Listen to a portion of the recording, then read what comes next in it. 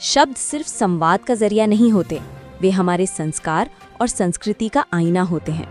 लेकिन क्या आज की भागदौड़ और सोशल मीडिया के दौर में हम अपनी भाषा की मर्यादा भूलते जा रहे हैं? इसी गंभीर विषय पर कोलकाता के ऐतिहासिक एमपी बिरला प्लानिटेरियम में एक बेहद खास चर्चा हुई। भाषा एक्टिविस्ट झरना भट्टाचार्य की संस्था सरस्वती भंडार ने एक भव्य पैनल डिस्कशन के जरिए समाज को ये याद दिलाया कि भाषाई हिंसा हमारे मानसिक स्वास्थ्य और आने वाली पीढ़ी के लिए कितनी खतरनाक है। 28 दिसंबर की शाम जब शहर नए साल के स्वागत की तैयारी कर रहा था, तब बिरला प्लानिटेरियम में भाषा और चेतना के रिश्तों पर मंथन चल रहा था। सरस्वती भंडार द्वारा आयोजित इस कार्यक्रम को advocate Saurabh Saha Chowdhury, lions club of Kolkata magnets और रोटरी क्लब ऑफ कस्बा का विशेष सहयोग प्राप्त हुआ। कार्यक्रम का कुशल प्रबंधन निधि एसोसिएट्स के अबीराला बिस्वास और रेड चेक रिस्क मैनेजमेंट के सीईओ मनीष खान द्वारा किया गया। चर्चा का केंद्र था भाषा का हमारे शरीर, मन, समाज और भविष्य पर प्रभाव। कार्यक्रम में देश विदेश की जानी मानी हस्तियों ने शिरकत की। अमेरिका से आई आध्यात्मिक प्रचारक आनंदिनी राधिका ने जहां भाषा को आत्मा से जोड़ा, वहीं फिल्म मेकर ऋतोव्रत भट्टाचार्य, लेखक सैयद हसमत जलाल और कर्नाटक के विचारक नागथी हल्ली रमेश ने समाज में गिरते भाषाई स्तर पर चिंता जताई।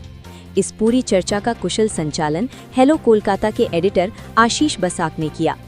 संस्था की संस्थापक झरना भट्टाचार्य ने मंच से एक कड़ा संदेश देते हुए कहा कि आज राजनीति से लेकर मीडिया तक शब्दों का तिरस्कार बढ़ गया है।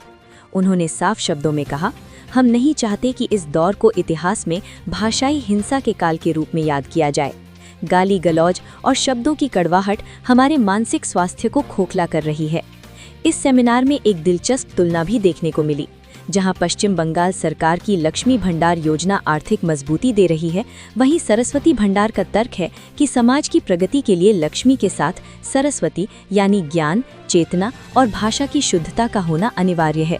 साल 2025 की विदाई के साथ इस कार्यक्रम ने कोलकाता ही नहीं बल्कि पूरे देश को एक नई सोच दी है। भाषा बचेगी तभी पहचान बचेगी। निधि एसोसिएट्स के अबीराला बिस्वास और रेड चेक रिस्क मैनेजमेंट के सीईओ मनीष खान के नेतृत्व में हुए इस सफल आयोजन ने ये साबित कर दिया कि अब वक्त आ गया है कि हम अपनी भाषा में घुली कड़वाहट को दूर करें। कोलकाता से ब्यूटी कुमारी की रिपोर्ट।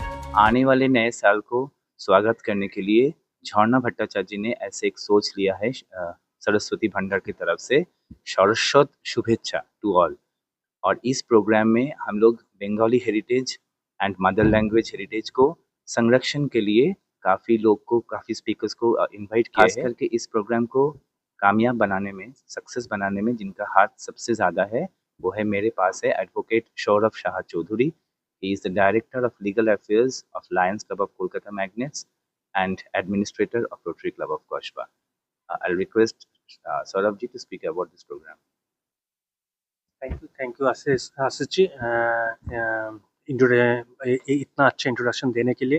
तो आज जो प्रोग्राम होने वाला है ये बेसिकली जो वेस्ट बंगाल में जो बंगाली लैंग्वेज के ऊपर जितना भी अभी जितना मतलब क्या बोलूँ, एक बंगाली लैंग्वेज के ऊपर थोड़ा सा इम्पैक्ट आ रहा है, नेगेटिव इम्पैक्ट पड़ रहा है।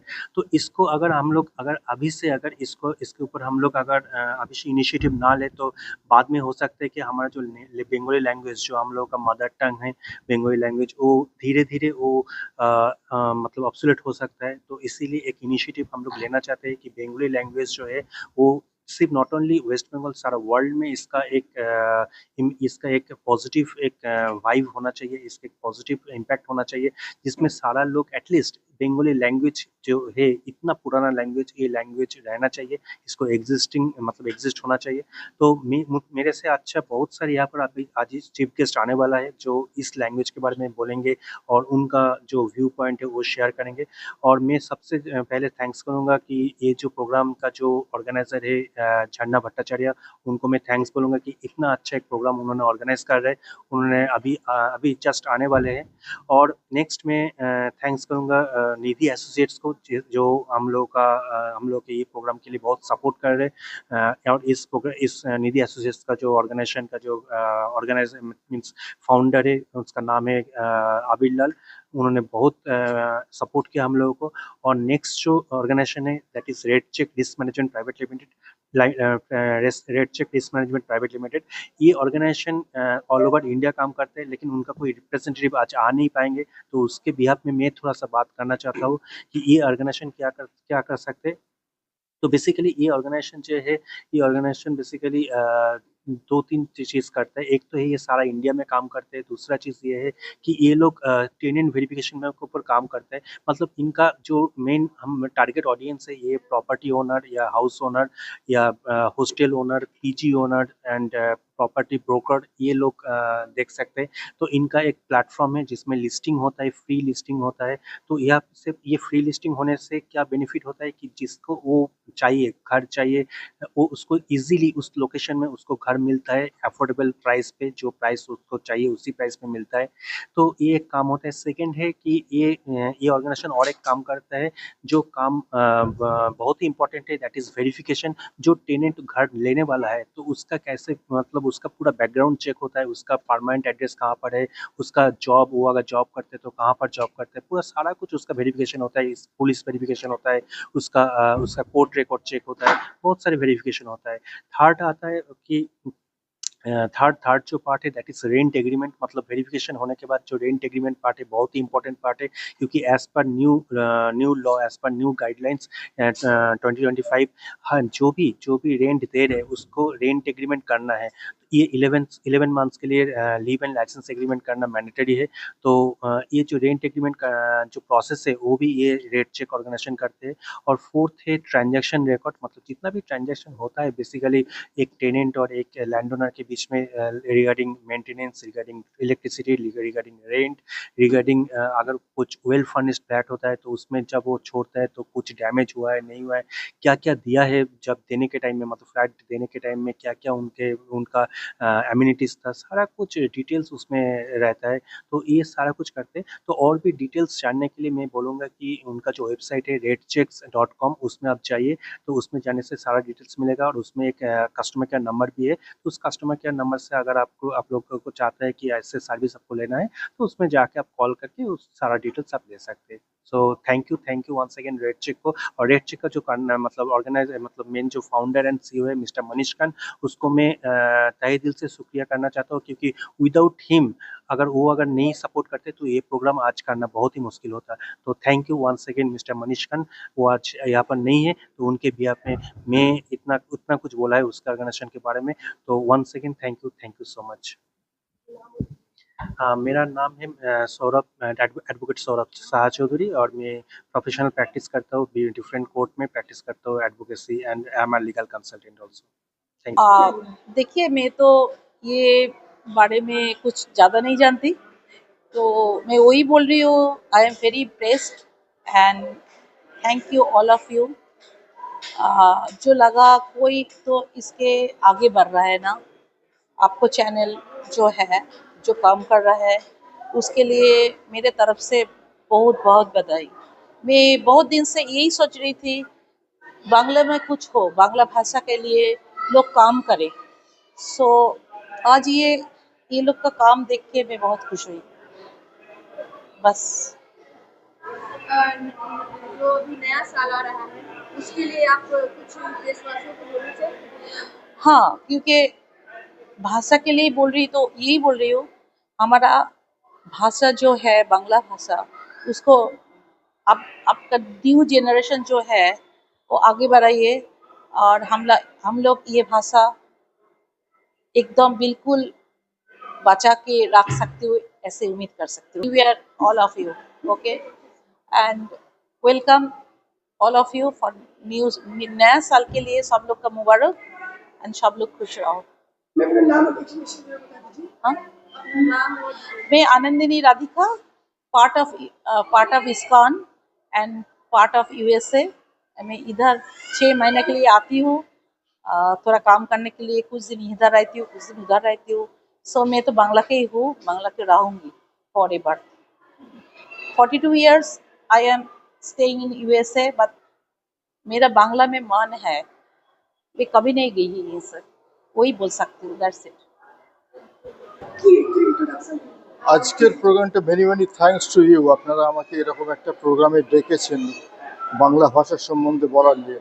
আমার যতটুকু ফিলিংস বা যতটুকু আমি ভাবতে পেরেছি সেইটুকু আমি আপনাদের সকলের সামনে, আমি যেহেতু একটু উচ্চাঙ্গ সঙ্গীত নিয়ে আছি এবং বিষ্ণুপুর ঘরানার সঙ্গীত ধ্রুপদ গান নিয়ে আমি কি বলবো পারফর্ম করি, শিখেছি এবং সেইটা নিয়ে আমি নার্চার করি। তো ধ্রুপদ গানের সম্বন্ধে কিছু বললাম যে বিষ্ণুপুর ঘরানার সেই পুরোনো দিনের সঙ্গীতজ্ঞরা যেসব বাংলা ভাষায় ধ্রুপদ রচনা করে গেছেন, পরবর্তীকালে রবীন্দ্রনাথ ঠাকুর বাংলা ভাষায় যেরকম ধ্রুপদ গানের প্রতি আসক্ত হয়েছিলেন এবং যেগুলো আমাদের হিন্দুস্তানি উচ্চাঙ্গ সঙ্গীত আছে তার উপরে বাংলা ভাষার বাংলা শব্দ বসিয়ে যে ধ্রুপদ গান সৃষ্টি করেছেন নজরুল কাজী নজরুল ইসলাম, তিনি যে বাংলা ধ্রুপদ রচনা করেছেন সেই ব্যাপারগুলো বললাম। আমার আশা পরবর্তীকালের প্রজন্মের যারা আসছেন তারা এই সমস্ত ব্যাপারগুলো নিয়ে আরও বেশি ওয়াকিবহাল হবেন। আগামী বছর 2026 সাল আসছে, নতুন নতুন যারা যুবক যুবতী রয়েছেন তারা এই ভাষা নিয়ে অনেক অনেক বেশি কাজ করবেন। আমাদের বাংলা ভাষা আরও এগিয়ে যাবে এবং আরও সমৃদ্ধ হবে, এই আশা নিয়ে আমার বক্তব্য শেষ করলাম। আমি সুদীপ পাল, ধ্রুপদ গান করি। 2026 সালের জন্য আপনাদের সবাইকে স্বাগত জানালাম। ধন্যবাদ, সবাই ভালো থাকবেন। আজকের প্রোগ্রামটা সরস্বতী ভান্ডারের প্রোগ্রাম। সরস্বতী ভান্ডার শুরু হয়েছিল মাতৃভাষার যে অবক্ষয় হচ্ছে এবং ভাষা দিয়ে যে রক্তক্ষরণ হচ্ছে, একে অপরকে যা খুশি বলে দেওয়ার একটা প্রবণতা, এবং তার থেকে আমাদের আগামী প্রজন্ম এফেক্টেড হচ্ছে মারাত্মকভাবে এবং তারা নিজেদের গুটিয়ে নিচ্ছে। আর এই যে ব্যক্তি আক্রমণের প্রবণতা এত বাড়ছে, তার থেকে যেটা হচ্ছে সেটা হচ্ছে ডিপ্রেশনের শিকার হচ্ছে মানুষ বেশি। কারণ মারলে পরে সেই মারের দাগটা কিছুদিন পরে চলে যায়, কিন্তু মনের রক্তক্ষরণ হলে মনের আঘাতটা কিন্তু থেকে যায়, তখন মানসিক বিশেষজ্ঞের কাছে অনেকেই যান না। তাই এই মনের রক্তক্ষরণটা যেন না হয় এবং বাংলার যে সংস্কৃতি, বাংলা এবং বাঙালিয়ানা, সেটাই যাতে বেনজল না ঢোকে। আমাদের যে এত সুন্দর একটা ভাষা, এত সুন্দর একটা ঐতিহ্য, সেটা যেন আমরা চিরকালীনভাবে বহন করে নিয়ে যেতে পারি। এবং আজকে হয়তো আমরা কয়েকজন আছি, কাল আমরা আশা করছি আরো এরকম কয়েকজন মা বাবাও আসবেন যারা চাইবেন যে তাদের ছেলেমেয়েরা শুদ্ধ ভাষায় কথা বলুক। কারণ তাদের ছেলেমেয়েরা শুদ্ধ ভাষায় কথা না বললে, তারা যদি তাদেরকে ব্যক্তি আক্রমণ করে বা বাজে ভাষায় কথা বলে, সেটা তাদের কষ্টের ব্যাপার। সুতরাং তারাও হয়তো কখনো সরস্বতী ভান্ডারের কাছে আসবে এবং আমরা এটাই চাইছি যে 1 থেকে 2, 2 থেকে 4, 4 থেকে 6 এইভাবে যেন আমরা গুটি গুটি পায়ে একটা সুন্দর বাংলার দিকে, সুন্দর বাংলার পথ চেয়ে এগিয়ে যেতে পারি। আমার নাম ঝর্ণা ভট্টাচার্য, আমি সরস্বতী ভান্ডারের ফাউন্ডার এবং আমি আকাশবাণী ড্রামাতে আছি। এছাড়া লেখালেখিটা আমার কাজ। খুব খারাপ, এক কথায় খুব খারাপ। আমি ছেলেবেলা থেকে বড় হয়েছি একটা সাহিত্যের পরিবেশের মধ্যে, ফলে ভাষা আমার একেবারে প্রাণের বিষয়। এটা যে কোনো ভাষার মানুষের কাছে তার নিজস্ব মাতৃভাষার মূল্যটা এরকমই। আমরা যত বড় হই আরো বিভিন্ন সংস্কৃতির আদান প্রদানের মধ্যে দিয়ে নিজেদের সমৃদ্ধ করি। ফলে একটু আগে ঋতব্রত বলছিলেন যেমন যে বাংলা ভাষাতেও তো অন্যান্য ভাষার মিশ্রণ ঘটেছে। ভাষা সবসময় একটা সচল বিষয়, অন্যান্য ভাষার মধ্যে আদান প্রদান নিয়েই সেটা এগোতে থাকে। কিন্তু কথা হচ্ছে যে এখন বাংলা ভাষার মধ্যে এত অন্যান্য ভাষার যে স্ল্যাং যেগুলোকে আমরা বলি, সেগুলো ঢুকে গেছে যে এখন এই ধরনের এই স্ল্যাং শব্দের বা ভাষার একটা সামাজিকীকরণ ঘটে গেছে।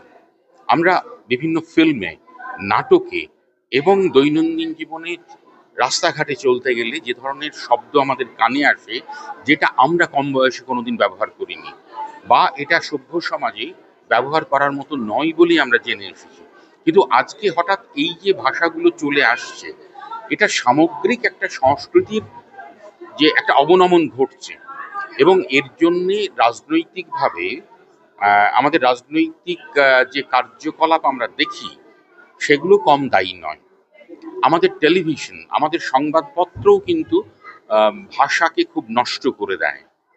আজকে আমরা টেলিভিশনে যখন দেখি 1 ঘন্টা জুড়ে একবারে কলতলার ঝগড়া, একজন অন্যজনের কথা শোনার ধৈর্য নেই, যে তারস্বরে চিৎকার করছে, এটা কোন ধরনের সংস্কৃতি? কিন্তু এগুলো তো প্রত্যেক দিন চলছে এবং মানুষ তো দেখছে। ফলে মানুষেরও কোথাও ওই যে বললাম একটা সামাজিকীকরণ ঘটে গেছে। এগুলো যে অন্যায়, এগুলো যে অসভ্যতা, এগুলো অশালীনতা, এই বোধটাই আমরা ক্রমশ হারিয়ে ফেলছি। এবং এটা যদি হারিয়ে ফেলি তাহলে আমাদের ভাষার সঙ্গে সঙ্গে, ভাষার সঙ্গে তো আমাদের সংস্কৃতি, আমাদের আত্মপরিচয় সমস্ত কিছু জড়িত, এগুলোও ক্রমশ নষ্ট হতে থাকবে। ফলে আজকে আমরা অনেকেই বাঙালি বলে একটা সময় যে গৌরব বোধ করতাম, এখন অনেকে করে না। এখনকার ছেলে মেয়েরা অনেকে বাংলা বলতে পারে না এবং তার জন্য তার বাবা মায়েরা গর্ববোধ করেন যে তার ছেলে মেয়ে বাংলা জানেন না। আমার কোনো ভাষা বৈরিতা নেই। আমি নিজে সর্বভারতীয় চাকরি করে এসেছি। আমি ইন্ডিয়ান এয়ারফোর্সে ছিলাম, ভারতীয় বিমান বাহিনীতে। ফলে দেশের প্রতি, আমার দেশের সংস্কৃতির প্রতি আমার যে ভালোবাসা, আমি তাকে যে নিবিড়ভাবে দেখার সুযোগ পেয়েছি, তারপরেও বলছি যে মানুষ যদি তার মাতৃভাষার থেকে সরে যায় তাহলে তার জাতিসত্তার পরিচয় একদিন মুছে যাবে। এই জন্যেই প্রত্যেকের মাতৃভাষার প্রতি সতর্ক হওয়া উচিত, সচেতন হওয়া উচিত, তাকে আরো যাতে সমৃদ্ধ করা যায় সেই চেষ্টা করা উচিত। আমি সৈয়দ হাসমত জালাল, মূলত সাহিত্যের সঙ্গে যুক্ত এবং কিছুটা সংবাদের সঙ্গেও, এবং দৈনিক স্টেটসম্যানের আমি কার্যনির্বাহী সম্পাদক, এক্সিকিউটিভ এডিটর। অনেকের খুব খারাপ লাগবে। বাঙালি হিন্দু, বাঙালি মুসলমান, বাঙালি খ্রিস্টান, এরা মূলত দেবভাষা হিসেবে সংস্কৃতি আরবি, পার্সি, উর্দুকে বাংলার উপরে সবসময় রাখে। একটা সময় ছিলেন, স্বয়ং মাইকেল মধুসূদন দত্ত বলেছেন, ল্যাটিন, গ্রিক এবং অন্যান্য ইউরোপিয়ান ভাষাকে তিনিও মাথার উপরে তুলেছিলেন। কিন্তু পরবর্তীকালে মাইকেল মধুসূদন দত্তই তো বাংলা ভাষায় ফিরে আসেন এবং বাংলা ভাষায় সাহিত্য রচনা করেন। সুতরাং বাঙালি মূলত যেহেতু আত্মঘাতী একটা জাত, এই জাতের বাংলা ভাষা, নিজের মাতৃভাষার প্রতি দরদটা কিছুটা লোক দেখানো। তার কারণ বাঙালি মনে করে, একসময় বাঙালি আরবি পার্সি শিখত চাকরির জন্য। রাজা রামমোহন রায় তো আর ইংরেজি অত জানতেন না, তিনি আরবি, পার্সি, অন্যান্য ভাষায় পারদর্শী ছিলেন। পরবর্তীকালে বাঙালিরা তারা ইংরেজি শিখতে শুরু করলো, কেরানি হবে। এখন বাঙালি হিন্দি শিখছে। দেখুন, হিন্দি বা ইংরেজি বা পার্সি, আরবি কোনো ভাষার প্রতি আমাদের কোনো রাগ নেই, আমরা শ্রদ্ধাশীল। কিন্তু বাঙালির এবার প্রশ্ন, বা বাঙালির এই যে ভাষা, আমরি বাংলা ভাষা, এটা শুধু দেখনদারি না, সত্যি এটা বাঙালির আত্মজিজ্ঞাসার খুব দরকার। এবং যেহেতু বাংলা ভাষার ব্যবহার, বাংলা ভাষার চর্চা, তার মনন নন্দন তত্ত্ব কমছে, তাই আমরা দেখতে পাচ্ছি যে আমরা চটজলদি এমন সমস্ত কথাবার্তা ব্যবহার করছি যেগুলোতে মনের কিছু ভাব প্রকাশ হয় বটে, কিন্তু পুরো ভাব প্রকাশ হয় না। অর্থাৎ আমরা কোথাও যেন বাংলা ভাষার প্রতিদিন অবমাননা করছি। ঋতব্রত ভট্টাচার্য, এখন সাংবাদিক আর চলচ্চিত্রকার। ভান্ডারের কর্ণধার, আমরা তার হাত থেকে, যাকে আপনি মালা